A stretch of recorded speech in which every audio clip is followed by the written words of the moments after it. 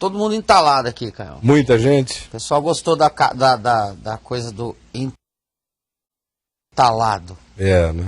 É. Aí o cara manda uma aqui. Pode? Mas nós vamos começar pelos entalados ou pelo templo? Vamos pelo templo, né, Tá. Caio? Vamos falar do templo primeiro, depois a gente fala. Mas tem gente entalada no templo. No templo, O templo tem entalado muita gente. Isso. Olha que é um entalo que porque meu irmão é não como diz moleza. Cazuza, o templo não para. Né? Só que ele falava tempo, né? É. O templo não para, meu amigo. E aí? Então tá aqui, ó. Caião, eu tenho 25 anos. Eu sou o entalo em pessoa. Uhum. Já lançou. Me entalei a tal ponto de não sobrar quase nada na minha vida que me faça sair de casa. Vivi 10 anos intensos dentro de uma igreja. Antes disso eu já era entalado. Baixa estima, desvio de atenção, ansiedade. Agora entalou mais do que eu imaginei que pudesse. Resumindo, se eu já era complexado ou equivocado, fiquei mais ainda depois desses 10 anos. A cada dia que passa, a vontade de estar só aumenta todo dia. Quero me converter a Jesus. Quero ser um só com Ele, mas reconheço em mim 1 milhão de coisas, ao ponto de nem querer orar mais. Que eu faço, Caião.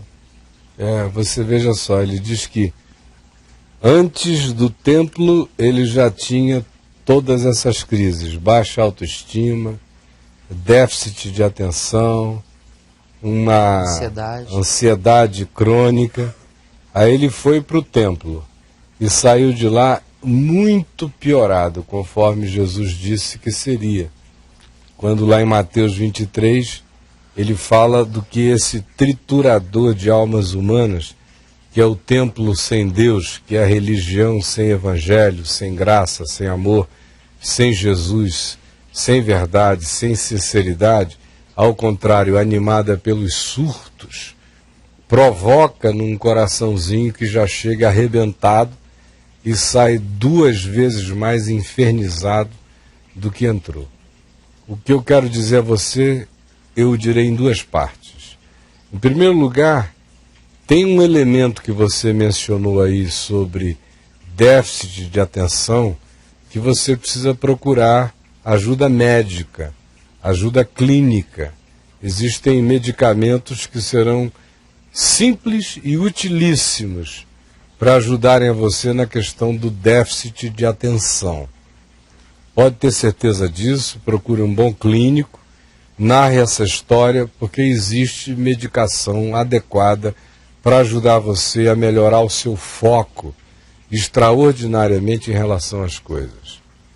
Agora, tem uma outra dimensão, tudo mais que você disse, recai sobre uma crise existencial, que já é antiga em você, e que provavelmente tem o seu berço em elementos que você não mencionou na sua narrativa tão entalada.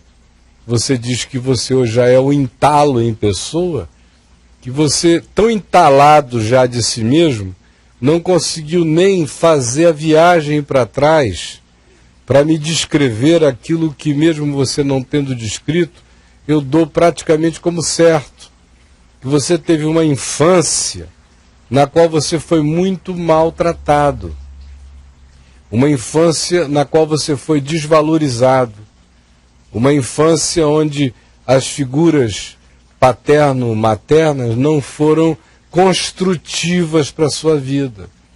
Quem sabe era uma família onde havia muito conflito, muita guerra entre pai e mãe, muito desequilíbrio na relação dos pais com os filhos, ou, em alguns casos, predileções estranhas, predileções que eu chamaria mesmo de perversas, em relação a alguns filhos e em detrimento de outros.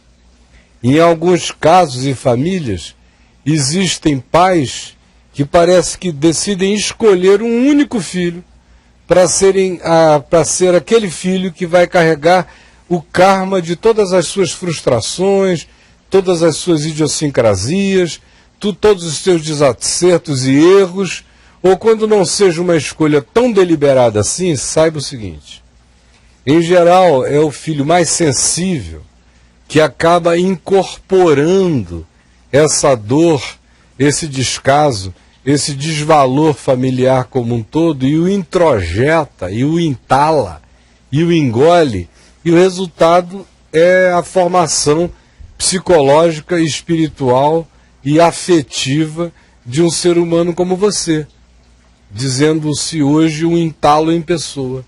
Antes de ir para o templo, antes de ir para a religião ou para a igreja, você já estava aí sofrendo de ansiedade, baixa autoestima, déficit de atenção, angústias variadas, confusão mental, e eu tenho quase certeza que isso nasce desse ambiente familiar.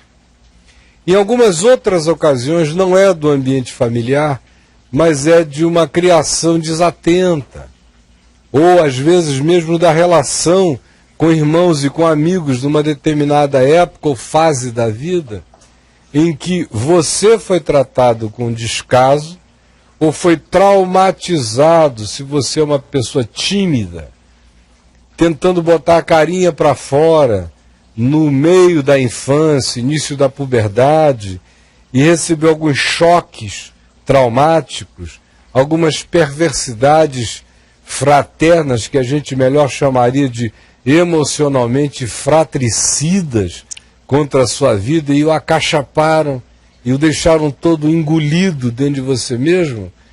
E aí você foi para a igreja, na esperança de que aquele negócio todo melhorasse. Você chegou lá e descobriu que frequentemente a igreja é uma trituradora do que restou na vida das pessoas. É imposto e mais imposto. O indivíduo só cresce ali dentro se for um bom pagador de imposto, imposto financeiro, imposto moral, imposto de personalidade, imposto de serviço, impostos diversos que são estabelecidos. Se o indivíduo não consegue atingir aquelas metas, o desvalor dele vai crescendo, a autoimagem dele vai se reduzindo a nada. Isso exacerba a ansiedade que você já tinha e cresce enormemente, porque agora você se sentia cobrado por Deus e nunca atingia esse patamar da divindade em relação ao que era imposto a você. Imagina o nível de ansiedade que é esse de não atender às demandas da divindade, às demandas do sagrado, às demandas de Deus sobre a vida de alguém. E aí o indivíduo que já tinha esse histórico o vê ampliado e aprofundado e esgarça-se terrivelmente, fica com um anzol que não tira a pataca. O que frequentemente a igreja faz é pescar o cara e não desentalá-lo, deixá-lo lá morrendo e ainda mais socado de mais imposto para dentro, de mais estáter para dentro. E ele num entalo cada vez maior. Aí você termina dizendo: Caio, eu queria conhecer Jesus, eu queria ser um com Jesus. E é justamente para isso que nós estamos aqui. Na primeira parte eu disse: procure um bom clínico. Agora eu digo a você, o médico dos médicos, para a sua baixa autoestima, para a sua ansiedade, para tudo aquilo que hoje o deprime, e o amassa, e o esmaga, e o desvaloriza, é o Senhor Jesus. Aí você diz: bom, mas teoricamente disse eu sei, o que é que eu faço? É a minha pergunta. É tudo tão simples, sabia? É tudo mais simples do que a simplicidade. Porque Jesus disse: onde estiverem 2 ou 3 reunidos em meu nome, eu aí estou no meio deles. Eu tenho convicção absoluta de que esse nosso encontro é um encontro que carrega a qualidade da presença de Jesus. Jesus é Deus de perto e é Deus de longe. Eu não sei onde você está, se você está aqui em Brasília, se você está num rincão do Brasil, ou se você está num país distante, não importa. Aquele que está entre nós não conhece distância, ele faz a mediação instantaneamente. E aqui há alguns irmãos reunidos com você, em nome de Jesus. E Jesus disse: eu aí estou no meio deles. E você pode crer nisso de verdade, meu irmãozinho. Pode crer nisto agora. Mas para que isto se torne real e efetivo, de fato para a sua vida, você precisa deixar de lado tudo aquilo que um indivíduo com baixa autoestima tem uma dificuldade enorme de deixar de lado. E você só conseguirá vencer isso pela fé. Porque uma pessoa com autoestima acachapada olha para si mesmo e diz, mas como é que Deus vai olhar para mim? Se nem eu me enxergo, nem eu me valorizo, nem eu me vejo, nem eu me percebo. Eu estou tão confuso que nem eu me discerno. Mas Deus é Deus. Olhe para essa imagem tão candente, tão singela, tão divinamente infantil, de Jesus dizer a Pedro, olha, vai ao mar da Galileia. E tem um peixinho lá que está entalado com um estátre. Ele engoliu aquela pataca e não passa. Vai lá, pega ele e tira o estáter. Ele não mandou abrir o peixe, ele só disse tira, toma-o e tira. Provavelmente, como era um peixe só e Pedro estava acostumado a pescar com rede, com tarrafa, ele tenha jogado o peixe de volta. Aquela pesca esportiva. Tira o anzol, tira a pataca, joga e devolve o peixe livre à água. Se no meio de milhões de peixinhos no mar da Galileia, Jesus sabia daquele ali, você acha que porventura ele não sabe de você? O peixe não sabia de si. Você sabe de você e se sabe confuso, ansioso, com baixa autoestima, se autodefine como um entalo andante e ambulante, mas você sabe de si. Você diz eu. Você já tem um tesouro extraordinário a partir do qual a graça de Deus quer construir identidade, valor, significado. Existe o amor de Deus afirmado por um indivíduo peixinho no mar da Galileia. Quanto mais não vale você, meu irmão. O que você tem é que vencer esse bloqueio horroroso psicológico, que é um bloqueio psicológico. Não é real, não é objetivo, é subjetivo. É fumaça de gelo seco, é fumaça de palco, é angústia de miragem.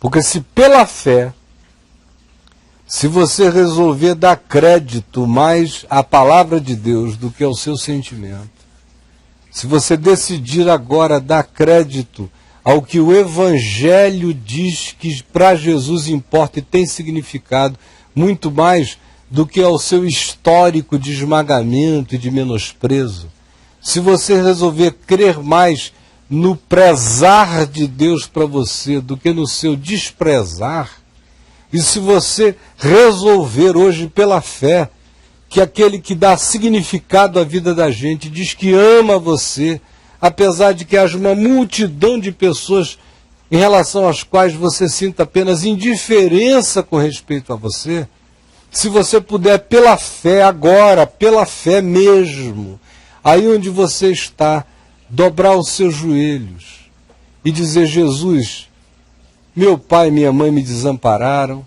eu não sinto que os meus irmãos estejam nem aí para mim, eu estou cada dia num claustro maior, sem nem vontade de sair de casa, porque eu não percebo que a minha vida tem essa importância para ninguém. Jesus, tu me conheces, tu sabes de verdade como eu estou me sentindo, mas hoje eu não quero viver do que eu sinto, porque o justo vive pela fé.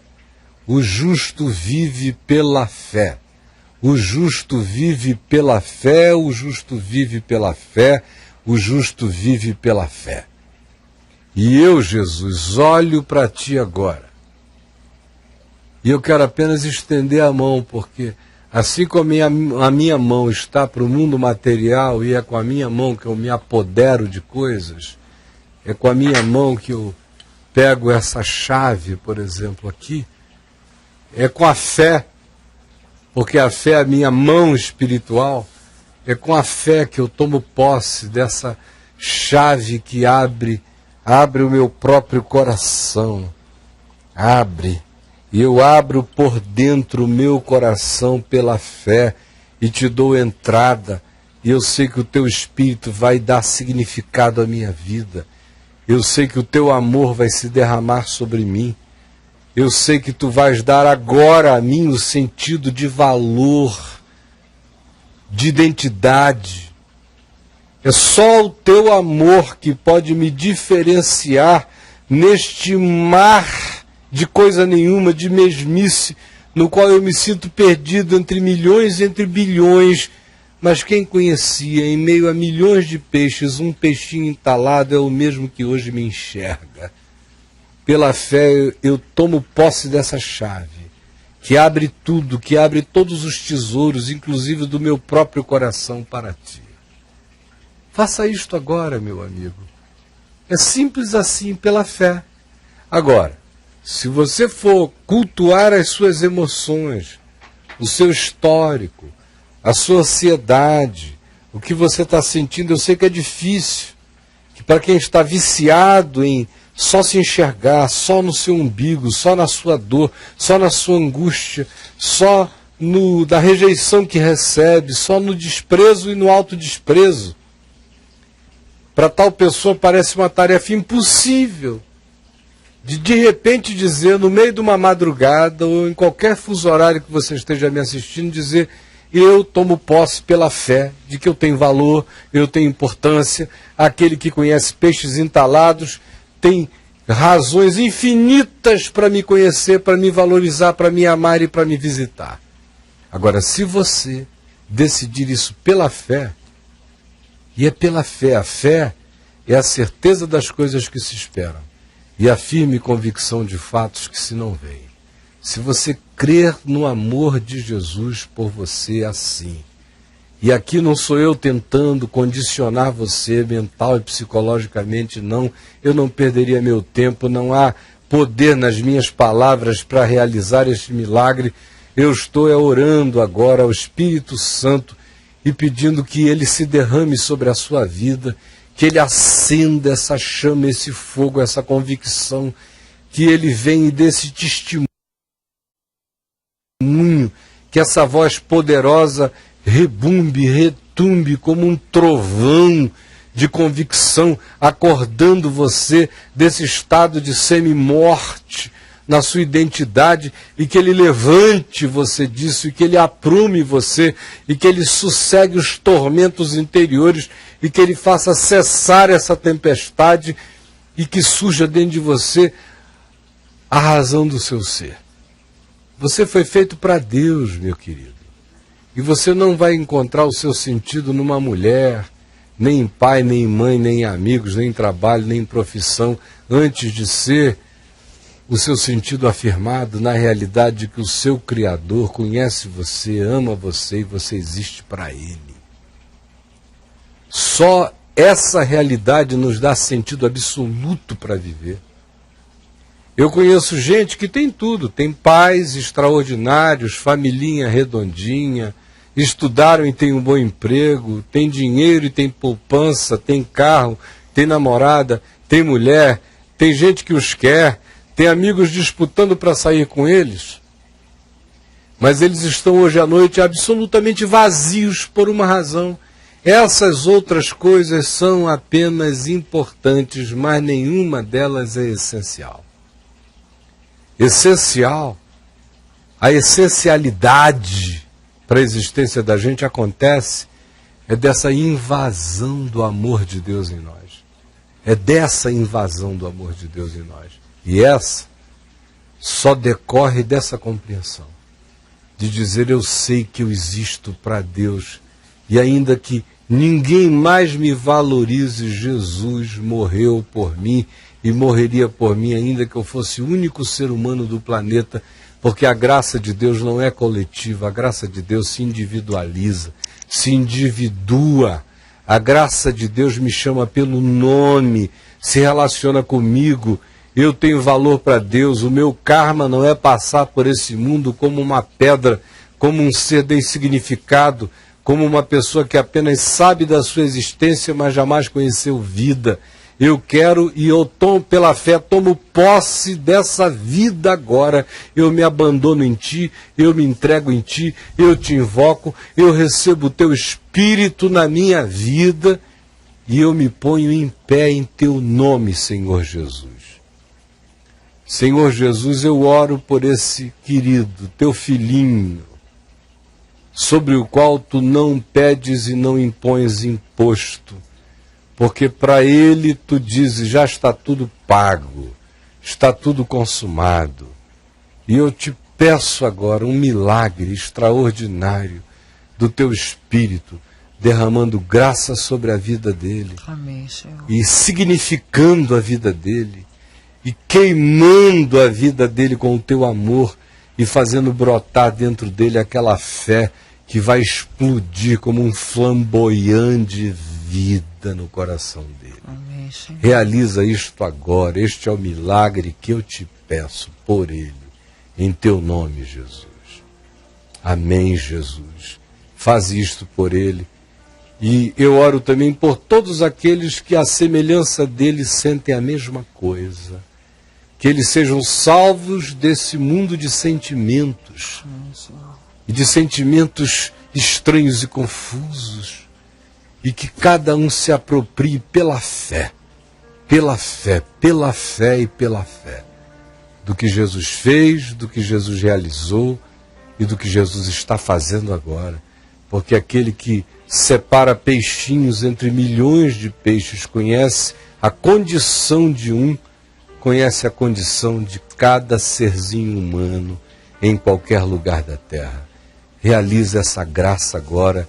E eu assumo que ela está feita e consumada. E que esta oração já foi ouvida. Amém, Em Teu nome, Jesus. Amém. Amém, Senhor. Amém. Amém, amém, amém. Amém, Caião.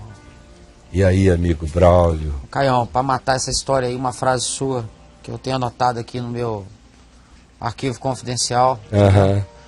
É melhor ter Deus sozinho sem nenhuma promessa do que ter todas as promessas sem que haja Deus nelas. É verdade, meu irmão. É verdade. E uma outra aqui que eu acho que é legal, que emociona aqui. E Deus tirará muitos que não o servem em espírito e verdade e colocará pessoas de bem e de caráter para pregar o evangelho na TV. E saiba que Deus colocará muitas pessoas abençoadas no teu ministério, Caião. E aqueles que o difamaram verão a sua vitória mais e mais em Cristo. Amém. Jesus. O Senhor está no controle e faz tudo que lhe apraz.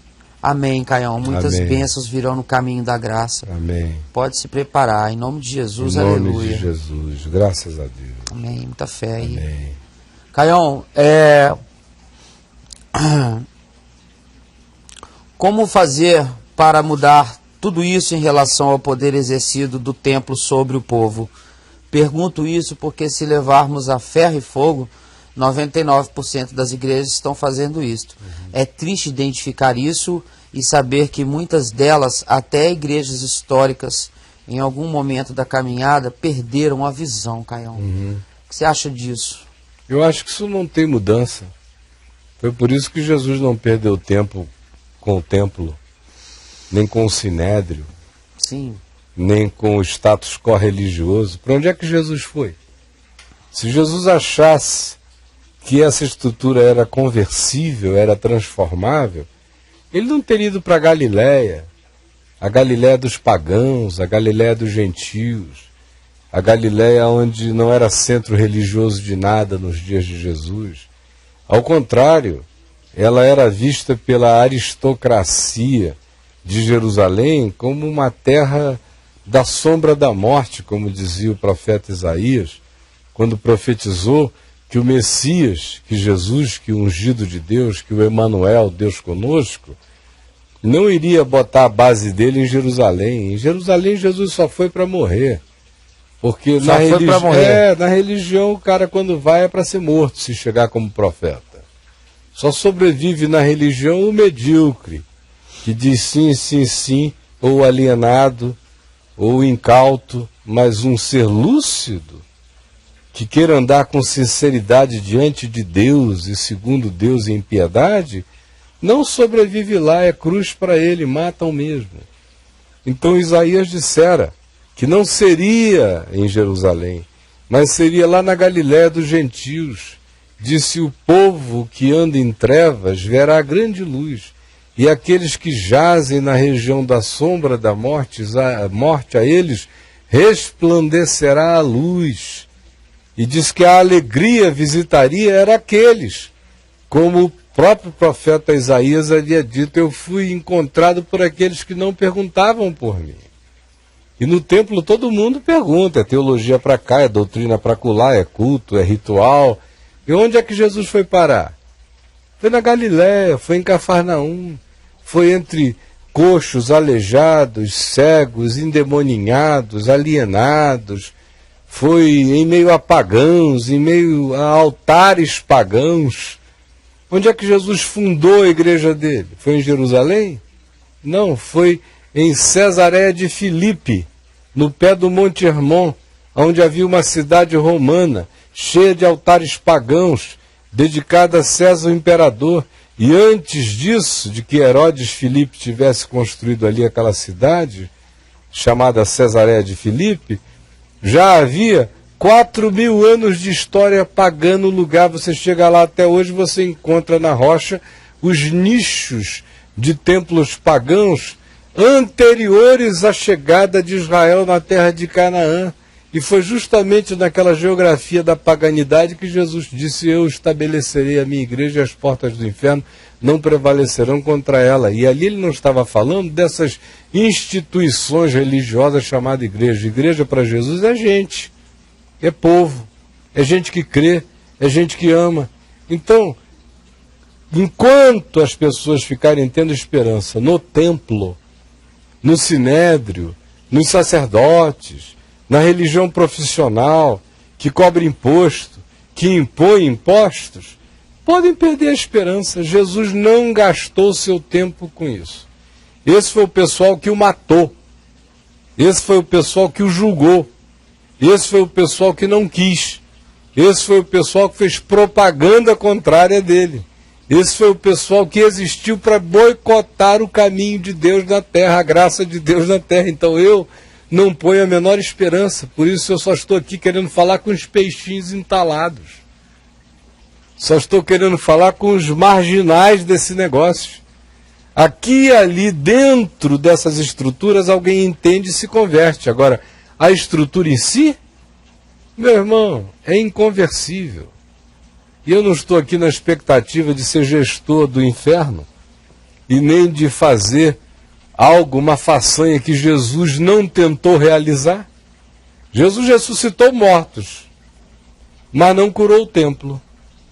Purificou leprosos, mas não purificou a impureza do coração dos sacerdotes.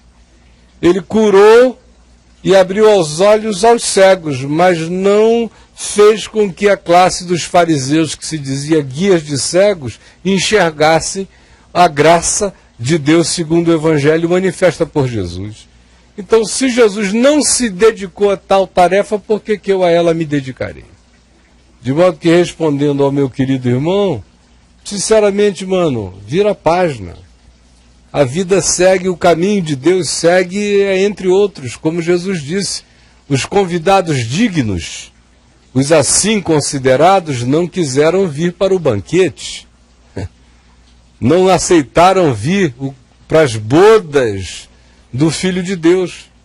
E aí, o que se fez? Mandou que se convidasse os cegos, os coxos, os paralíticos, os mendigos, os marginalizados, os outcasts da sociedade. E aí, quando se voltou dizendo: olha, já trouxemos todos, ainda há lugar na casa, não está totalmente cheia, o que Jesus conta na parábola dele? Que o pai então disse: olha, vão e chamem a todos, vão pelos becos e obriguem todos a virem. De certa forma é o que a gente está fazendo aqui, entrando, e só Deus sabe onde a gente está entrando agora.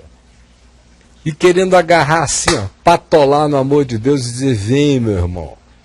Você tem uma autoimagem baixa, se sentindo ansioso, o cocô do cavalo, do bandido, da desgraça, Deus está te chamando, vem, você está sendo incluído, vem agora. Agora, esses que se sentem os filhos do reino, que são os que acham que podem cobrar impostos e impor coisas aos outros, Jesus não perdeu tempo com essa moçada. Se eles ouvirem em algum lugar a voz de Deus e quiserem se converter, convertam-se. Mas a energia da gente tem que ir na mesma direção na qual Jesus concentrou a energia dele, a saber, aqueles que eram os desprezados por esse status quo da ufania religiosa. Eu não tenho tempo a perder com quem se vê e se enxerga com essa arrogância, que não se quebranta, que não anda segundo o Evangelho e que se percebe de maneira equivocada neste mundo como sendo aqueles que são os representantes de Deus na terra. Esses aí Jesus disse que verão pessoas virem do norte, do sul, do leste e do oeste. Gente impensável. Assentar-se à mesa no reino de Deus com Abraão, Isaque e Jacó, enquanto eles estarão de fora batendo, e para esses não haverá entrada. Braulio. Caião, agradeço a Deus pelo privilégio de ter um canal como este. Vocês não imaginam como é importante para mim. Há pouco mais de 3 meses abandonei tudo. Chutei o balde da religião que servi por 17 anos. Me decepcionei muito, renunciei ao cargo e aos ensinamentos mercenários, nojentos. Minha fé em Cristo é eterna, mas denominação não quero nem saber mais. Amo você em Cristo Jesus, Caião. Amém. Que o Senhor te dê força e nunca confunda o templo com a catedral eterna que é o Senhor Jesus. E nunca deixe de pensar, como disse o apóstolo Pedro, que você é uma pedrinha viva desse templo cósmico, multicósmico, multiversico, que o Senhor está construindo, que é o corpo dele. E, tendo a chance de ter comunhão simples com irmãos, em casas, em ambientes singelos, serenos, sinceros e verdadeiros, não perca essa oportunidade, porque é bom e é saudável. Entendeu? Até o nosso gambazinho aqui de casa, ó, chega numa hora dessa, ele quer ter comunhão aqui comigo e com o Braulio. Chegou aí, cara? O bicho é fiel, cara. Quando vai dando assim, quase 4 horas da manhã, ele aparece. Ó, tá vendo ali, ó? Aí ele vem quietinho, vai derrubar ali uns gravetinhos na cabeça do Braulio, o Braulio vai ficar grilado. Mas eu tenho comunhão com esse bichinho, não faz mal a ninguém. Ele é bonzinho, são 2. Estão aí, ó. Fica ali, tá me assistindo, né, meu amigo? Se não tivesse mais ninguém, eu teria essa nobríssima audiência. Olha que audiência nobre. O gambá. A cara dele, Caio. É, mas não é bonitinho, moleque? Olha a carinha dele, olha a carinha dele. Não? Dá pra pegar? Eu quero ver a cara dele. Não dá pra mostrar, não? Não pegou, não? Olhando aqui, rapaz. Ele tava ali todo... Pô, já veio pro lado de cá. Ele tá aqui do meu lado, não dá pra pegar daí, não. Ele tá aqui, ó. Mas, Braulio, vamos lá, nós temos 7 minutos para encerrarmos. Caião, 7 minutos, hora. fazer uma pergunta aqui, assim, fora, outline aqui. Tá.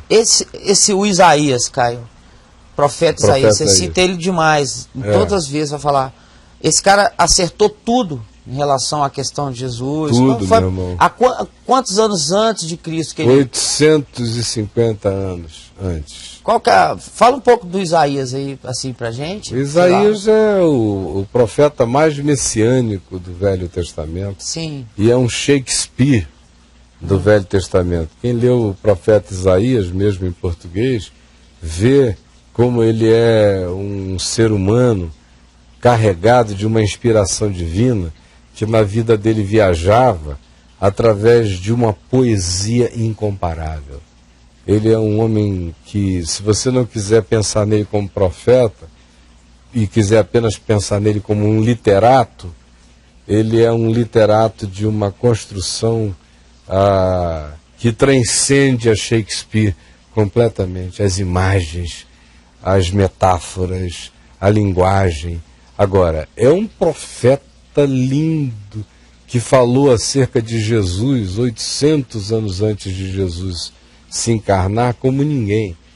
Foi ele que descreveu no capítulo 53 da sua profecia a cruz, quando ele diz, não é, que certamente, ele começa perguntando quem creu em nossa pregação e a quem foi revelado o braço do Senhor, porque nós o víamos subindo como um renovo numa terra seca e sem formosura. Olhámo-lo, mas nenhuma beleza havia que nos agradasse. Ele era desprezado e o mais rejeitado entre os homens, homem de dores e que sabe o que é padecer, e como um de quem os homens escondem o rosto, olhámo-lo e dele não fizemos caso. Certamente ele levou sobre si as nossas iniquidades e as nossas dores levou sobre si, e nós o reputávamos como aflito, ferido de Deus e oprimido. Mas ele foi traspassado pelas nossas transgressões e foi moído pelas nossas iniquidades. O castigo que nos traz a paz estava sobre ele, e pelas suas pisaduras fomos sarados. Pois ao Senhor agradou moê-lo, fazendo-o enfermar. Quando der ele a sua vida como oferta pelo pecado, ficará satisfeito, porque o meu servo, com o seu conhecimento, justificará a muitos. E eu sou um justificado por essa graça de Jesus, porque ele pegou a minha rejeição e levou sobre ele, pegou o meu pecado e levou sobre si, pegou as minhas dores e iniquidades e as absorveu todas na cruz. 800 anos antes de Jesus vir ao mundo, Isaías disse: ele será o vértice de convergência de todas as coisas, de todas as dores, de todas as rejeições, de modo que quando você olha para Jesus na cruz, veja todas as dores da criação,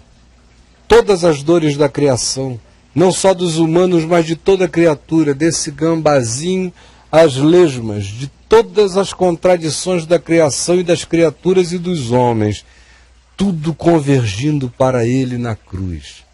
Não é à toa que o coração dele explodiu na cruz. Quando aquele soldado romano enfiou aquela lança e que do coração dele saiu sangue e água, os especialistas nesse tipo de exame fisiológico nos dão conta de que apenas o indivíduo que sofresse de pleuresia pulmonar poderia ter tido uma reação daquela, ou alguém que tivesse uma doença cardíaca tão grave, que no caso de Jesus seria uma pessoa que não conseguiria nem se locomover durante a vida, ou alguém que estranhamente tivesse tido um trauma tão grande que o coração tivesse explodido. E na cruz o coração dele explodiu, tanto é que os soldados romanos ficaram chocados de que em tão pouco tempo ele já tivesse morrido, porque em geral a morte na cruz podia levar dias. Era por isso que eles quebravam os ossos das pernas dos crucificados, para o indivíduo não ter amparo nos pés embaixo e ficar todo distendido e morrer de sufocação mais rapidamente, porque a cruz mata por asfixia. O indivíduo não tem mais apoio, os pulmões vão se contraindo, não tem mais força para respirar e morre de sufocação. Mas o coração de Jesus explodiu, e explodiu por todos nós. Cada ser humano, cada peixinho anônimo, cada figurinha que disse como aquele nosso irmão, eu sou o entalo em pessoa. Todo ser humano que diga eu quero. E Isaías é mais do que ninguém essa pessoa que descreve isso que Jesus faria e que foi exatamente o que Jesus fez. E ele acertou tudo, não teve nada errado. É como João Batista, né, acerca de quem se diz, João Batista nunca fez nenhum milagre, mas tudo quanto ele disse acerca de Jesus era verdade.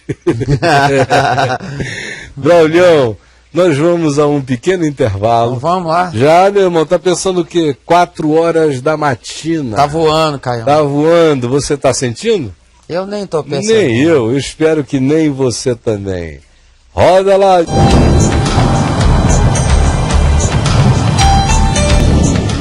Tem aqui um amigo que está elogiando o meu gambá, olha só. Exatamente. Agora, como é que ele começou aí? Não lê tudo não, porque ele te faz uma pergunta depois. Qual foi a dele, hein? Não, tem duas pessoas.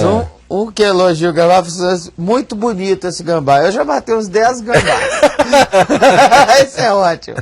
E o outro aqui fala assim, que lindo gambá. E aproveita a presença dele aí para compartilhar a minha dor. Aí segue. Olha, aí daqui a pouco a gente continua. Me sinto entalado. Me sinto como um peixe, sai do gambá pro peixe. Exatamente. Gente boa de Deus, a moçada aqui precisa ir ao banheiro, precisa tomar um cafezinho, de modo que nós vamos ter uns 6 a 7 minutos de intervalo. Enquanto isso, você pode escrever mais para o nosso chat. Telefone lá para a Estação do Caminho da Graça, você está vendo o número aparecer aí. Tá assim de gente boa de Deus lá. Ligue agora, ligue agora, ligue agora. Não perca essa oportunidade de falar com gente que está querendo abrir o coração e acolher você. A gente volta já. Volta já.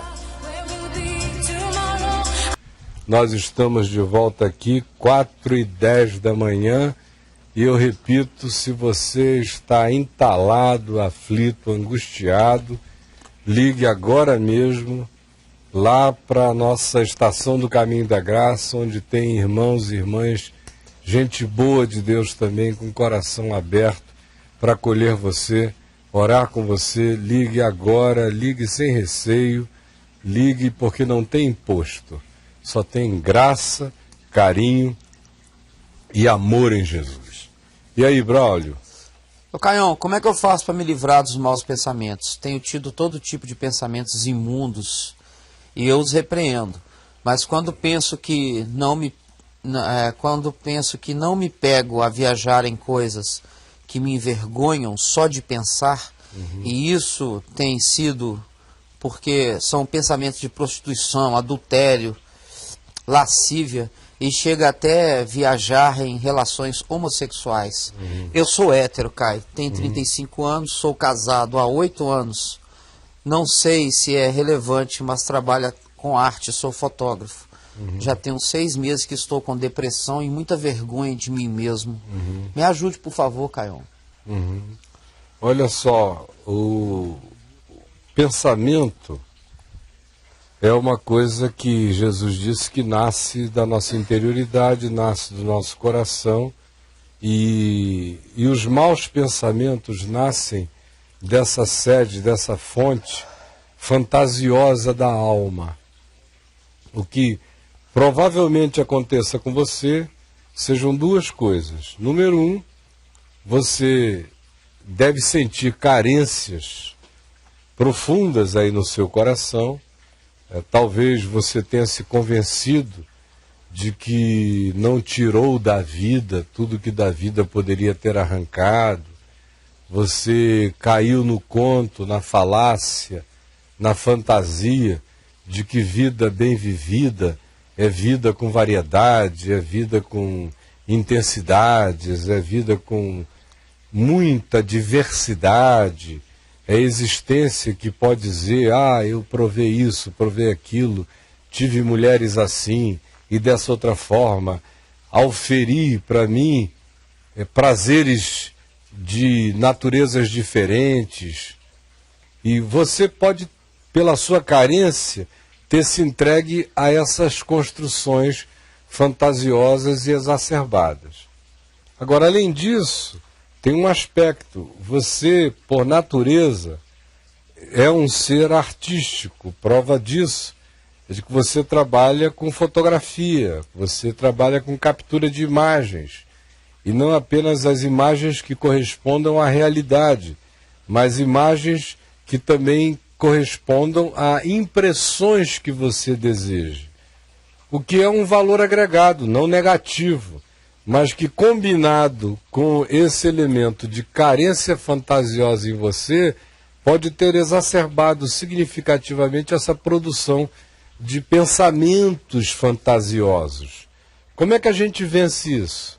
Não há nenhuma mágica para vencer isso. A gente vence isso com exercício. Com exercício, é assim. Assim como o cara malha para exercitar os braços, as pernas, dependendo do tipo de atividade esportiva que ele tenha, algumas áreas vão demandar maior exercício, maior concentração. Quando alguém está enfrentando uma situação dessa, o exercício que se tem que fazer é mental. Primeiramente mental. E aí, tem 3 coisas que eu queria dizer a você. Número 1, você precisa não praticar mais o pensamento ateu. Aí você diz, como é que é isso? É esse pensamento que se viciou no ciclo de si mesmo. O bom pensamento, o pensamento se torna sadio e saudável quando a gente o faz viajar em Deus. Quando cada pensamento da gente é uma espécie de oração. Quando a gente condiciona o pensar a algo que a gente faz de maneira dialogal com Deus. Quando o meu pensamento viaja apenas no círculo horizontal, de mim para mim, e de um polo ao outro das variedades reais e fantasiosas do planeta, ele não é um pensamento que viaja na oração. O pensamento que viaja na oração, ele viaja nessa verticalidade. Ele viaja assim. Então, tudo que eu penso em Deus, numa relação dialogal.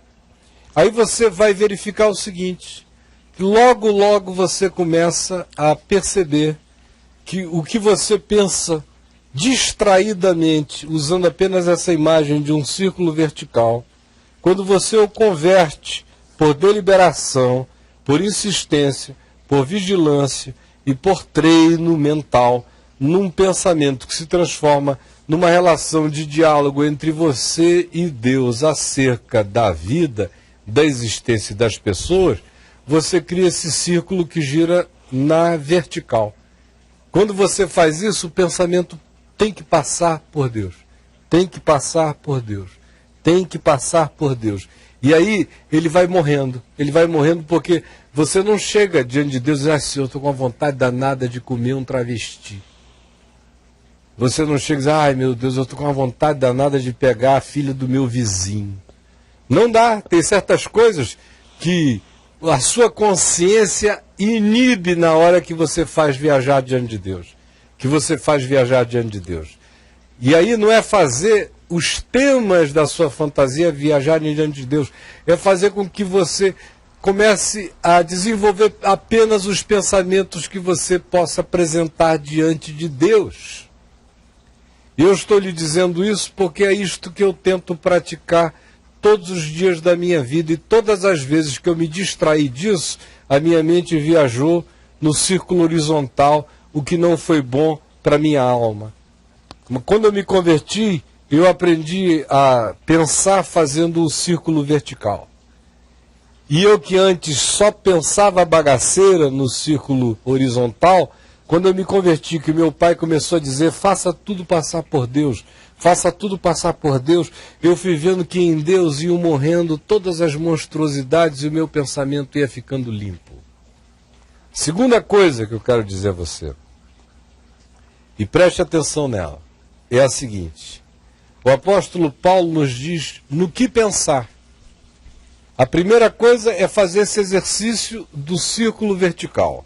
Fazer o pensamento tornar-se uma relação dialogal com Deus, onde você não fica só com os seus botões, você fica pensando em Deus e os seus pensamentos. A segunda é ter uma agenda do que pensar. E esforçar-se, é exercício, é disciplina. E o apóstolo Paulo nos diz lá em Filipenses, no capítulo 4, no que pensar. Finalmente, irmãos, diz Paulo, tudo que é puro, tudo que é respeitável, tudo que é de boa fama, se alguma virtude há, se algum louvor existe, seja isso que ocupe o vosso pensamento e o Deus da paz será convosco. Tudo que é puro, tudo que é louvável, tudo que é de boa fama, se alguma virtude há nessa coisa, se algum louvor existe nisso que eu estou pensando, seja isso que ocupe o meu pensamento, e isso é um exercício. Amém. E o Deus da paz será conosco. Eu tenho que me exercitar. Não é do dia para a noite, você pode amanhã se apanhar lá longe, na conchinchina do devaneio da travesquice. Se puxe para o círculo vertical e reagende o seu projeto de pensamento. Vá fazendo isso, vá fazendo isso. A terceira coisa é que você precisa encharcar a sua mente com os temas do Evangelho, que é o que acaba criando em nós a mente de Cristo, como diz Paulo escrevendo aos Coríntios, no capítulo 2, nós, porém, temos a mente de Cristo. O que isso significa? É um ser que não só fez os seus pensamentos viajarem nessa roda vertical que passa em Deus, que disciplina o seu pensar por essa agenda do que é puro, louvável, de boa fama, virtuoso, do que de fato constrói e edifica, que faz com que você possa pensar em voz alta o seu pensar com uma boa consciência. Isso demanda disciplina, mas para se alcançar isso você precisa encharcar a sua mente com o Evangelho. Pegue Mateus e leia até o Apocalipse, vá de Mateus, vá até o Apocalipse. Não é complicado ler o Novo Testamento, isso aí é falácia religiosa que diz que é um negócio complexo, tem que ter uma mente muito superior, tudo mentira. Leia como você lê contigo. E apenas diga, Jesus, fica comigo, e eu estou contigo, lendo de Mateus ao Apocalipse. Vai lendo, leia em sequência. Valendo, que a sua mente vai se descondicionando desse negócio todo. Agora, tem uma última coisa que eu quero dizer a você acerca disso. Sabendo e praticando essas três coisas que eu estou aqui recomendando a você, não faça, todavia, uma. Não fique orando contra os temas que afligem você. Porque quem ora por temáticas obsessivas, repetitivas, recorrentes, e fica orando contra aquilo, orando contra a prostituição, orando contra a vontade de pegar um traveco, orando contra a vontade de comer a vizinha, orando contra o desejo de pegar uma colega de trabalho, orando ver uma bunda bonita andando na rua e começa a orar e dizer, oh, Jesus, me tira essa bunda da minha cabeça, Jesus. Não faça isso não, mano. Porque quem ora por bunda, pensa em bunda. Quem pensa em bunda orando, fixa uma bunda em oração. Então a gente faz o pensamento viajar no círculo de Deus, vai purgando, tirando, elege uma agenda de bons pensamentos, enche a mente da palavra, mas não fica naquela luta mental, psicológica e espiritual contra aquela temática. Se a temática passar na sua cabeça, deixe passar. Não vá correr atrás para brigar com ela. Eu vou te encaçapar, por que você passou aqui? Que eu aposto que é o que você está fazendo, chamando o negócio para briga. Esse é desgraçado, eu não quero pensar nesse pensamento. Aí você vai fixando esse negócio, não brigue contra isso. Quem briga contra os temas perversos se perversifica nessa luta e fica obcecado no processo. Então, não transforme perversão em tema de oração, me compreendeu?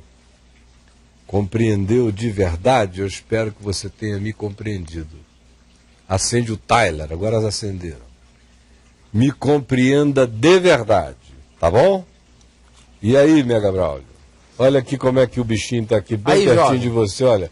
Pode dar um flagrante no gambá que ele veio aqui ouvir o conselho de perto.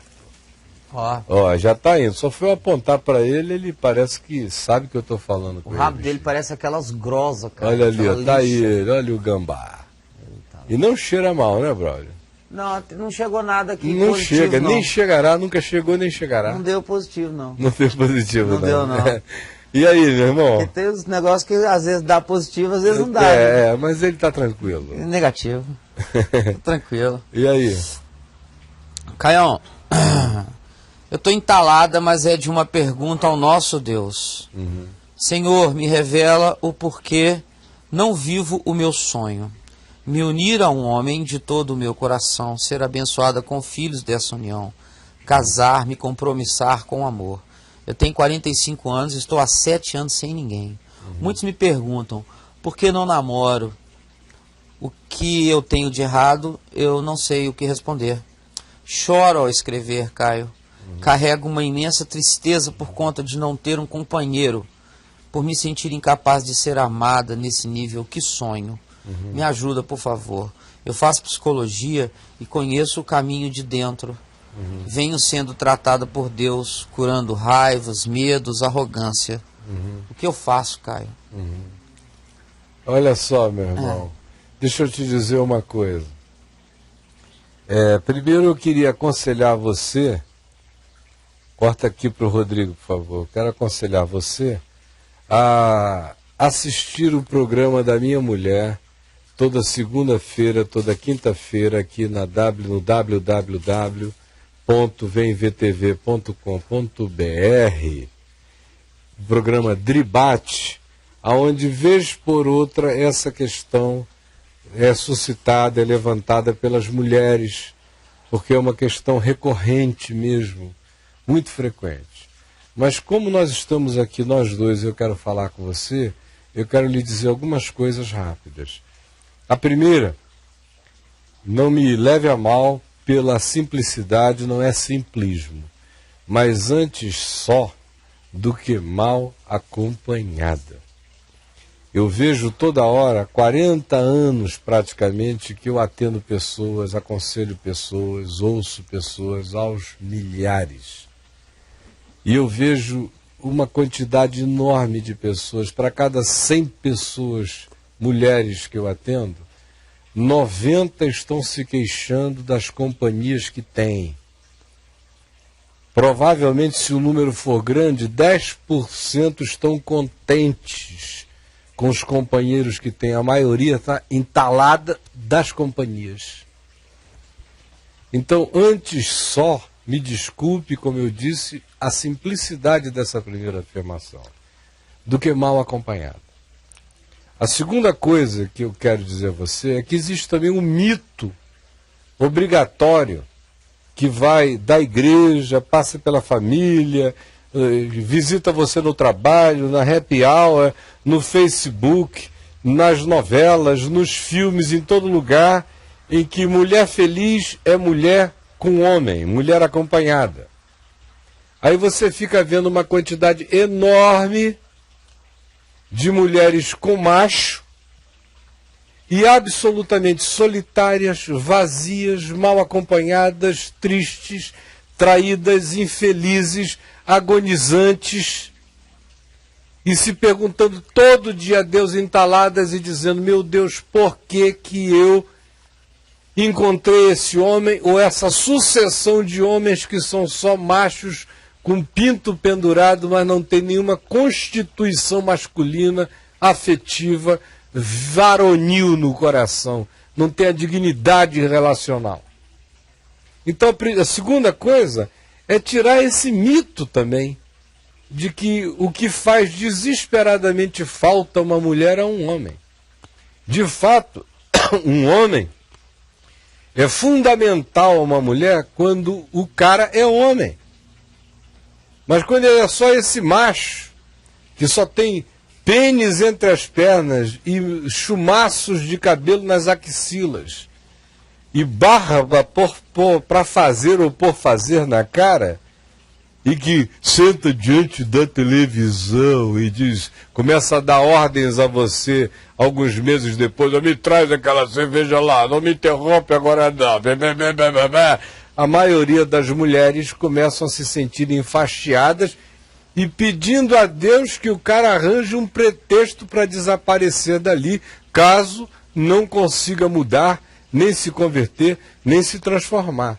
Então, homem carrega um papel fundamental quando o homem é homem, quando é legal, quando merece a titularidade de homem. Mas quando é só machinho, pode ter certeza, depois de um tempo, faz mais mal do que a solidão desacompanhada.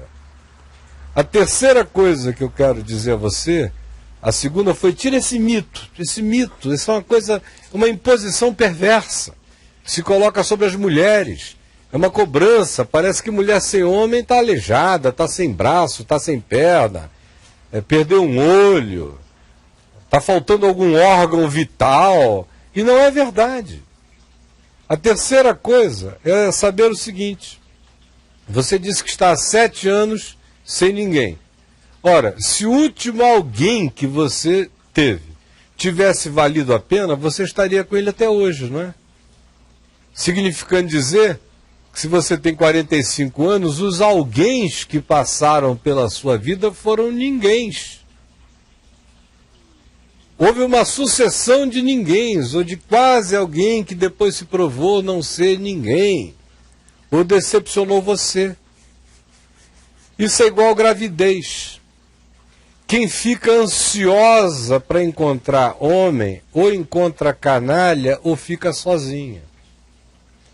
Homem, quando uma mulher se entrega a tarefa de encontrar um homem, 90 e tantas% das vezes encontra um canalinha.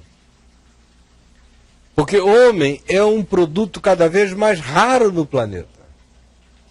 Eu me refiro a homem recomendando a você que assista um programa que passa aqui na vemvtv.com.br na internet, toda segunda-feira à noite, um programa que eu faço chamado Cabra Macho Sim Senhor, que eu faço para homens e convido as mulheres para assistirem, para elas também aprenderem a discernir o que Deus quer dizer quando define um homem. Porque entre nós, na nossa sociedade, está entupido de machinhos. Mas é uma raridade. É aquela mesma tarefa de Diógenes de Atenas, que ia ao meio-dia com uma lanterna na mão, passando na cara dos homens da cidade. Meio-dia com o sol a pino na cabeça dele, e os homens perguntavam, Diógenes, o que tu procuras? E ele dizia, eu procuro um homem. Se lá na Grécia Antiga estava difícil achar um entre nós, está cada vez mais difícil. É um produto mais rarefeito, é um homem mesmo, segundo Deus. Então ponha no seu coração essa terceira coisa. Não entregue-se à tarefa da ansiedade nem da procura por homem, porque quem fica ansiosa por homem acaba deflagrando em si o mesmo processo da mulher grávida. Quanto mais ansiosa para engravidar, mais infértil se torna. Ou se torna pela ansiedade tão carente que faz uma busca tão pouco seletiva, tão pouco criteriosa, que acaba contratando serviços de acompanhante, de escorte, machinho, mas que não carrega o coração com a integridade nem caráter de homem. O que você faz então? Ora, você simplesmente fica calma, minha filha. Fica calma. Não fique trancado em casa, obviamente. Bote o seu pé nos movimentos normais do cotidiano.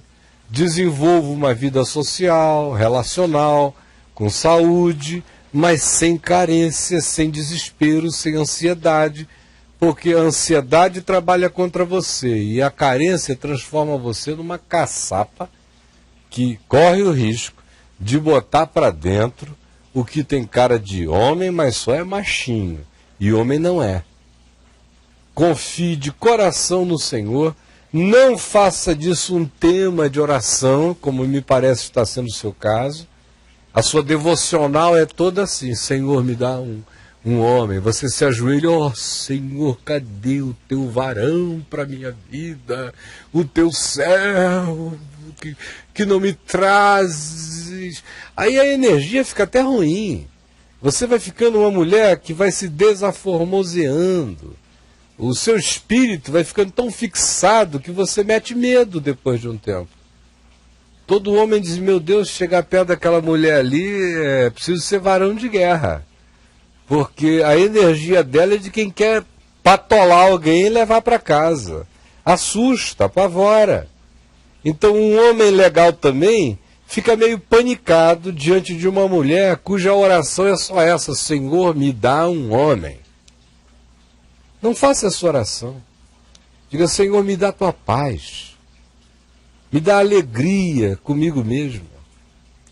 Me dá amor próprio. E eu quero desenvolver amor próprio e sair com o meu amor próprio. Ficar de caso com o meu amor próprio. Mulheres que têm um caso de amor consigo mesmas, amor, não narcisismo, um caso de amor consigo mesmas, se tornam infinitamente mais atraentes. Entendeu? Agora, mulheres que ficam o tempo todo dizendo: Senhor, me dá um homem, Senhor, me dá um homem. A minha experiência me revela que elas, tanto mais quanto desejem um homem, mais mal sucedidas são nos encontros que têm, porque são encontros de carência ou de ansiedade, e se tornam pouco seletivas e acabam atraindo os oportunistas, ou quando se dedicam a querer um homem, transformam o homem num tema de oração obcecada, mais repulsivas elas se tornam para um homem. De modo que tenha amor por você mesma. Desenvolva coisas que você mesma goste. Gosta de nadar? Nade. Gosta de correr? Corra. Gosta de tomar vinho? Abre uma garrafa e beba sozinha. Faça queijos e vinhos para você e para algumas amigas. Gosta de ler? Leia. Gosta de pegar sol? Pegue. Gosta de ir à praia? Vá. Gosta de passear num parque? Passeie. Mas não passeie olhando para o lado nem procurando o homem. Em geral, o homem de verdade gosta infinitamente mais daquela mulher cuja energia não é a energia da mulher que está procurando. Tem dois tipos de energias de mulher carente. Tem aquela que caça e tem aquela ultra disponível, que anda pedindo a Deus que os anjos botem setas na direção dela, dizendo: ó, vai aquela ali tá... Homem de verdade não gosta disso. Eu me considero um homem de verdade. Eu jamais me interessaria por uma mulher que eu visse, até pelo caminhar dela, que ela é ou um poço de carência ou um poço de ansiedade procurando um homem. É apavorante encontrar uma mulher assim. Essa energia repele. Ande no seu caminho, ame a você mesma, cuide de você, goste de você. Não transforme isso num tema de oração, que você vai ver. Quando você esquecer de homem vai aparecer. E aí, não abra a porta para qualquer um. Veja se vale a pena mesmo, porque nem sempre vale. Me compreendeu? E aí, Braulio, temos mais 25 minutos. 25. Caio, falar de confiança. Você falou aí da questão da mulher, do homem e tal. E os relacionamentos, sim, que já não há mais confiança. Os dois casos relacionados aqui, ok? O primeiro caso. Por favor, me ajude, Caio. Eu estou entalado de tristeza, angústia e ansiedade. Eu tenho 27 anos e terminei um relacionamento de 1 ano há uns 2 meses.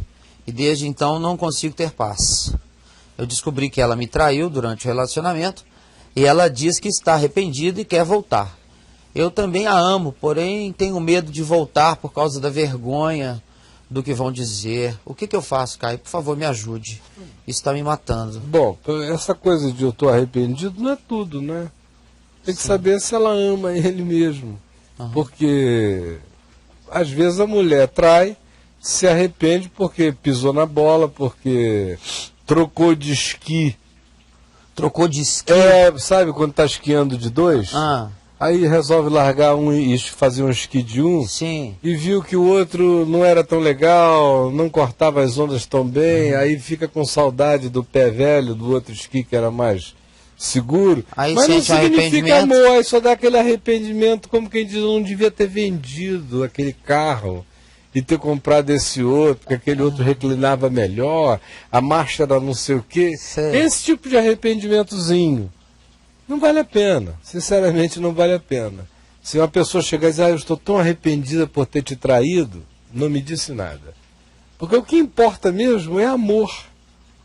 E em primeiro lugar, uma mulher que de fato amasse o seu namorado ou companheiro de verdade, não iria cometer essa aventura Então o que ela sentia por ele devia ser um negócio meio superficial.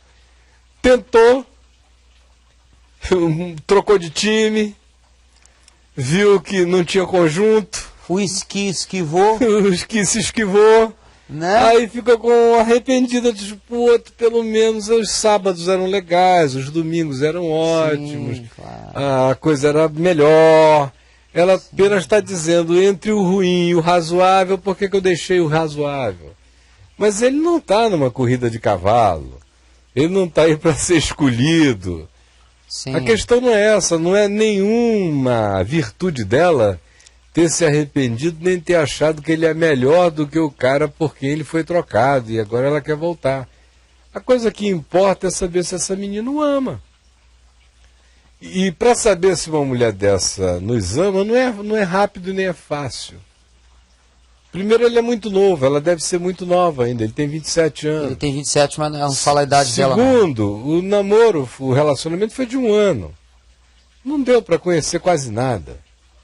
Ele está sentindo saudade da ausência dela.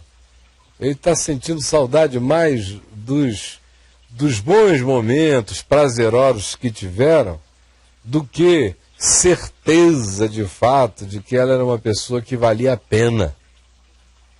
Então não estou dizendo que não volte, Deus me livre, eu não tenho essa prerrogativa, nem não sofro de nenhuma síndrome de onipotência. Sim, Estou dando um conselho simples e singelo a um irmão, sim. apenas dizendo o seguinte, veja bem, vale a pena conversar bastante, saber qual é a dela de verdade, qual é a constituição desse caráter, quais são as expectativas dessa menina.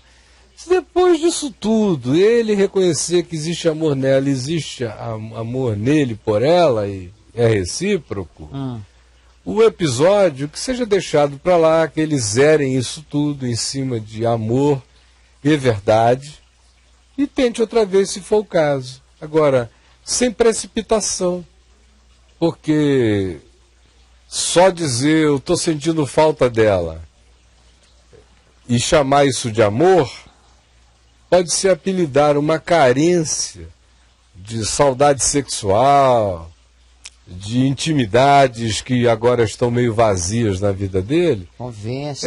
E chamar isso de amor. É muito fácil hoje em dia as pessoas confundirem carência com amor. E aquela fantasia dos tempos gostosos com amor. Às vezes é só um álbum dos melhores momentos que o cara chama de amor, batiza de amor. É um Facebook. É um Facebook, né? Guardou ali um negocinho legal, mas não é amor. Então, eu aconselho a mergulhar dentro dele mesmo de verdade, a ver com ela aí, arrependimento de quê? E não dizer para ela o que eu estou dizendo aqui, que é para ela não contar uma história diferente só porque ela já tenha sido instruída acerca do que é arrependimento de verdade. Arrependimento de verdade não tem nada a ver com comparação. Quando chega uma mulher ou homem e diz assim, eu estou tão arrependido porque eu te larguei e fui com aquela pessoa, ela era tão ruim. Já dançou. Já dançou, mano. Comparou. Não comparou, já era. Já era. Nem fique, nem perca seu tempo. Sim. Arrependimento não tem comparação. Só é um cair em si que diz, eu sou uma idiota, eu amo você. Que loucura foi essa que eu fiz? Nem menciona o maluco, o outro. Sim. Porque se comparar, já está botando você na lojinha das escolhas. E aí, meu amigo, a última coisa é diálogo, é tempo para ver o que sobra, que sumo, que essência, o que é que existe aí. Se tem solidez para justificar uma continuidade. Do contrário, que necessidade é essa de ficar recuperando, requentando, retomando, aproveitando essa comida de ontem? Esquentando a marmita. A marmita, se a gente pode fazer um prato novo. Sim. Isso é simplesmente o que eu diria a ele. O que mais, brother? Aí outro caso parecido, mas diferente. Caio, me ajude. Sinto muitos ciúmes do meu marido. Ele já me traiu. Cobiçou mulheres no trabalho dele. Mas diz que se arrependeu e que me ama. e gostaria de tentar uma vida juntos. Mas eu não consigo confiar nele de jeito algum, apesar de amá-lo muito. Mas me sinto com a minha autoestima baixa por tudo isso. E não consigo crer nele de forma alguma. Como resolver isso, Caião? Isso tem me adoecido muito, com várias doenças físicas. Me ajude, meu amigo. Muito obrigado. Bom, eu quero dizer 2 ou 3 coisas a você. Número 1 é que ciúme de mulher que nunca traiu, porque quando uma mulher ou homem já traíram, em geral, quando se tornam ciumentos, é porque já conhecem o caminho das pedras e ficam sempre projetando para o outro aquilo que eles próprios fizeram. Mas quando é o caso, como é o seu, que você nunca traiu, em geral isso decorre de uma fragilidade enorme, de uma autoimagem acachapada, que por seu turno provém do fato de que você internalizou a ideia de que se o seu marido se interessou por mulheres no trabalho, é porque você não estaria com essa bola toda.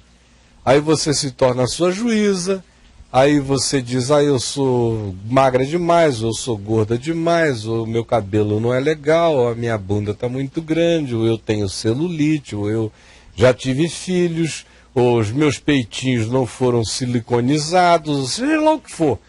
Mulher começa a trabalhar a partir do elemento físico, da imagem, a se sentir reduzidíssima, porque aí se compara com as garotas do trabalho, com as amigas do trabalho, das meninas que saem de lá para a saração, aí começa a autoimagem a baixar, baixar, baixar. Quanto mais a autoimagem baixa, mais o ciúme cresce na medida, da mesma proporção.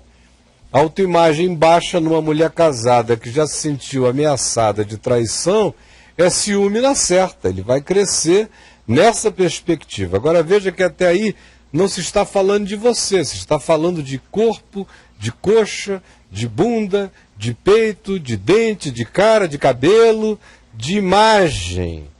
É você se deixar reduzir a imagem. Porque o que o seu marido teve lá no trabalho não foi relacionamento com ninguém, com nenhuma alma humana, com nenhum ser humano. Ele se sentiu tentado por imagens femininas, que é aquilo a que você se deixou reduzir. Você se deixou reduzir a uma imagem. E aí, nessa medida, o seu ciúme cresceu, que é um ciúme que vive o tempo todo apavorada, se comparando e dizendo eu estou ameaçada porque o mundo está cercado de um panteão de mulheres que eu considero mais interessantes do ponto de vista da imagem do que eu. Então pare com isto.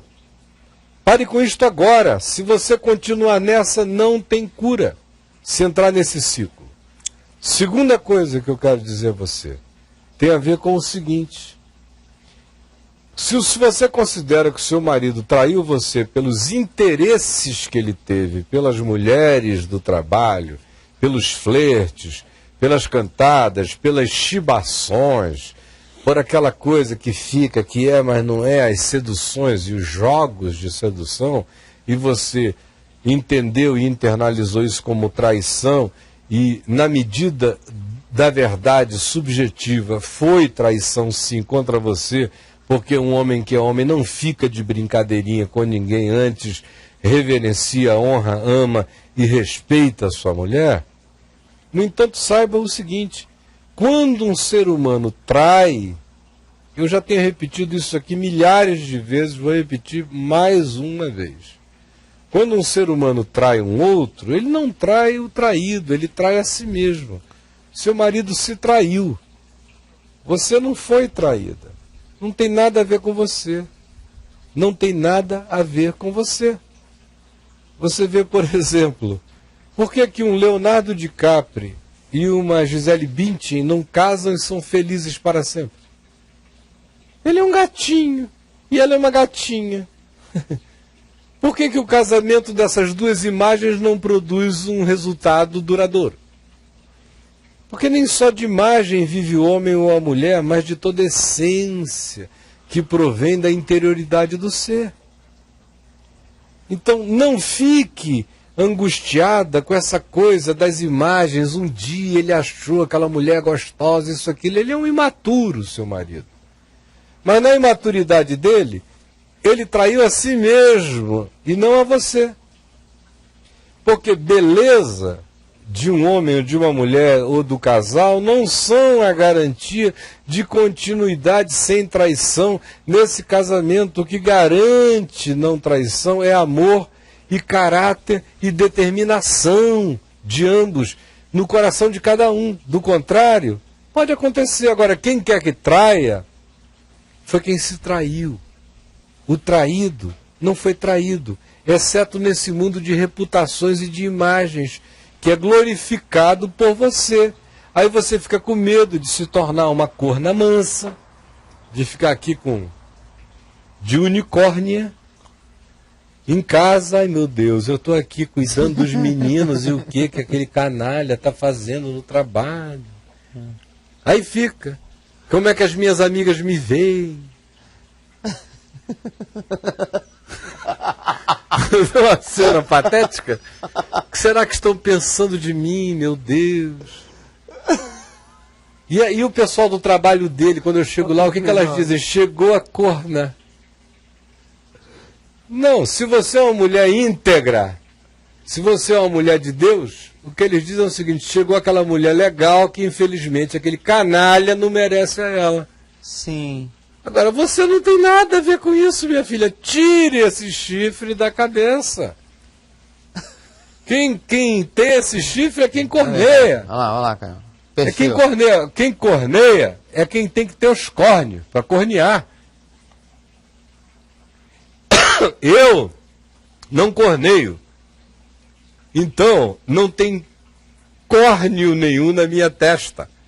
Fica essa história de fulano botou chifre no outro. Não, nasceu chifre na cabeça do canalha. Sim, Caio. Nasceu chifre na cabeça dele. Agora, se você for ficar preocupada com o que o mundo diz, deixa o mundo dizer o que quiser. Pelo amor de Deus, pare com isso, minha filha.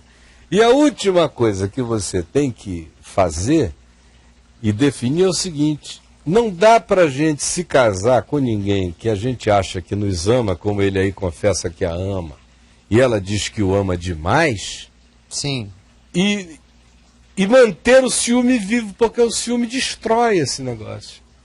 Chega uma hora que ele não está fazendo nada, não está olhando mais para lugar nenhum, mas pela desconfiança dela, ele vai cansar.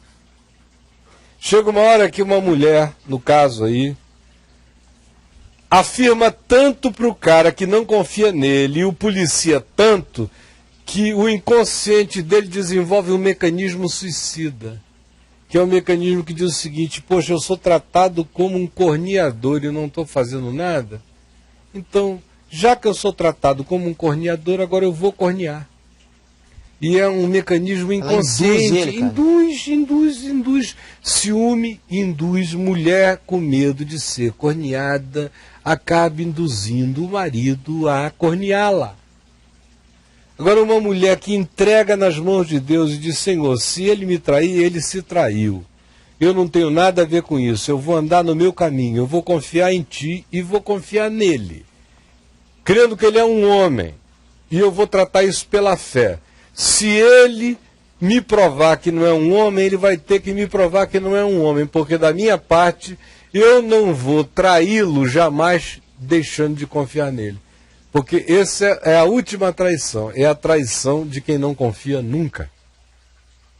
Já imaginou se Jesus nunca tivesse confiado em Judas? Quem é que teria traído Jesus? Quem é que teria traído quem? Judas a Jesus ou Jesus a Judas? Quem teria traído teria sido aquele que nunca teria confiado naquele outro que achava que poderia traí-lo. De modo que a traição de Judas teria sido episódica e a de Jesus teria sido crônica. Porque não confia jamais no outro. Sim. Agora, a única maneira é confiar em Deus e dizer: ele me ama e eu amo, eu vou confiar e eu vou descansar. E se alguma tragédia acontecer, não é a mim, é a ele. Porque eu vou andar no meu caminho de mulher segura em Deus, sem medo, sem pânico, sem nenhum tipo de aflição em relação a isso, porque o garantidor da minha alma é o Senhor, você me entendeu? Agora faça isso hoje, faça pela fé, acorde amanhã com outra disposição mental, com outras disciplinas de pensamento, exercendo isso como fé. Do contrário, querida, não há esperança para você, e quanto mais policialesca você se tornar, menos intimidade entre vocês, mais você o afastará da sua vida e mais se criará o espaço para que aquilo que você mais teme, isto mesmo lhe sobrevenha, como diz a Bíblia. Aquilo que eu mais temia, isto mesmo me sobreveio. Pare com o medo, porque o medo atrai tudo aquilo que a gente teme. O medo é uma fé ao contrário. Assim como a fé toma posse das promessas de Deus, o medo toma posse de tudo aquilo que a gente teme. Me compreendeu? Se não entendeu tudo, assista a repetição deste programa na VMVTV às 9 horas da manhã e às 3 da tarde deste domingo, tá certo? Braulio, temos mais 5 minutos só. Caio, a saideira então, a história do cara que elogiou o gambá. Ah, é? É, e ele insiste aqui, poxa, o cara escreveu pra caramba. Então, vamos lá. matar com ele aqui. Falar de animaizinhos, se ele Tá tem bom. um probleminha. É o seguinte, eu me sinto entalado, Caio, cheio de angústias, acerca de uma pessoa que mora bem próximo da minha casa. É um cara jovem e muito agressivo, que espanca violentamente a sua cachorrinha. Acredito que toda a vizinhança escuta os uivos de dor da bichinha. É terrível, Caio. O Senhor falou sobre ele, sobre quem se sente sozinho em alguma questão, por pensar que os outros vão achar a situação banal e até mesmo ridícula. Eu estou me sentindo assim, porque há quem diga, por favor, cara, mas é só uma cachorra, vá se preocupar com outra coisa. Já me aconselharam com veemência que eu não aborde a pessoa, pois ele é muito bravo e não vai aceitar bem qualquer aproximação nesse sentido. A única alternativa que vejo é fazer uma denúncia anônima. Mas sabe, eu... A Associação Protetora dos Animais. para a sociedade. Eu não quero nenhum mal para o rapaz, tenho certeza. Tenho receio que ele vá se complicar com a justiça, ou que possa descontar no animalzinho a raiva sentida ao saber que alguém o denunciou. Eu estou orando muito por ele. Por favor, Caio, me oriente. Sei que o senhor levará a minha presente inquietação em conta. O que eu faço, Caião? Eu acho que ele tem essa angústia no coração. Ele deve agir como um cidadão. Ele deve fazer uma denúncia para a Sociedade Protetora dos Animais.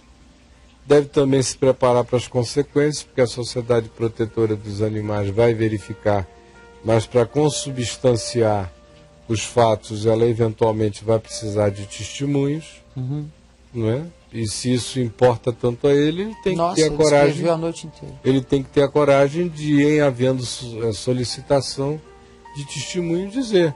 Agora, a Bíblia diz que o justo trata bem aos seus animais. Então, uma pessoa que não trata bem aos seus animais é uma pessoa injusta, perversa e iníqua. A Bíblia não identifica perversidade apenas como sendo aquilo que se pratica contra o homem. É aquilo que se pratica contra a criação, contra a natureza, até contra a natureza inanimada, não é? Como árvores, plantas, flores, ervas. Quem trata mal dos seus animais é injusto, é perverso. Então, ele está incomodado, ele deve fazer isso. E a segunda coisa é orar por esse vizinho. Porque Deus pode estar dando a ele a oportunidade de orar por um homem que de outra feita ele por ele não oraria, mas ora porque ele está se sentindo aviltado numa área na qual ele é sensível, que é o do carinho pelos animais.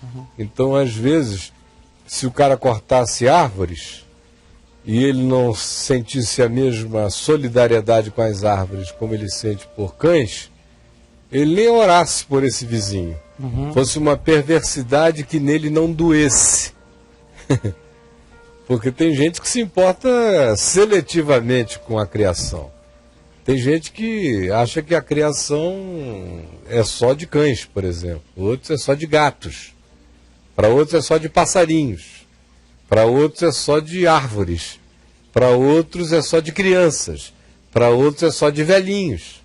Sim. Eu conheço pessoas que são capazes de passar por um mendigo na rua, mas não conseguem ver um cão pirento sem levar para casa.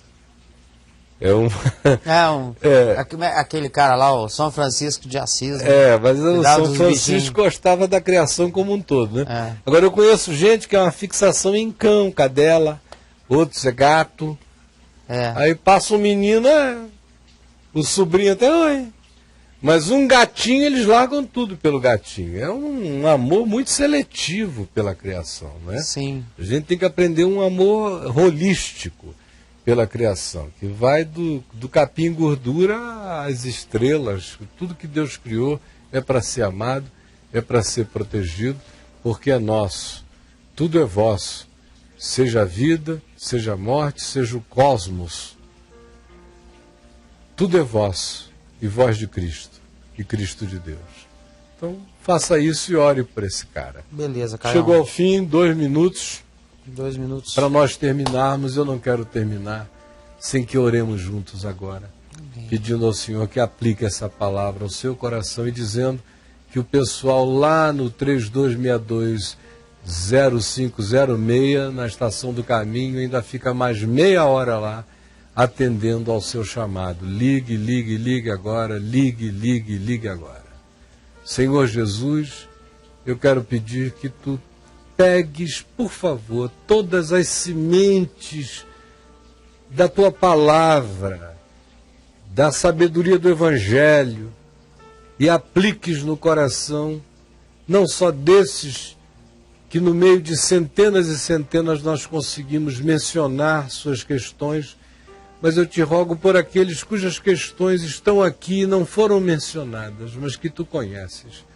Eu quero pedir que ninguém tenha ficado sem palavra, sem bálsamo, sem graça, sem aquela individuação no teu amor, sem aquela certeza do teu carinho particularizado, do teu amor que conhece um peixinho entalado no mar da Galiléia entre milhões de peixes, quanto mais não conhece o serzinho humano solitário, aqui nesta cidade de Brasília, neste nosso país inteiro, ou em volta da terra, nos milhares e milhares que nos assistem em tantos lugares diferentes.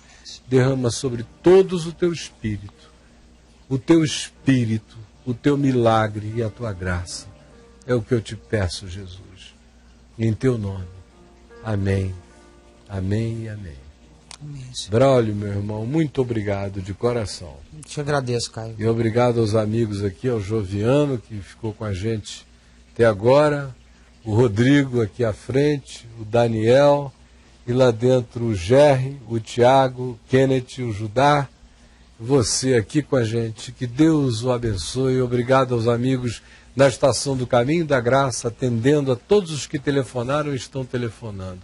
Deus o abençoe. Se esse programa interessou a você, ele repete amanhã no www.vemvtv.com.br às 9 horas da manhã e às 3 horas da tarde. Bye, bye, planeta Terra. Bye, bye.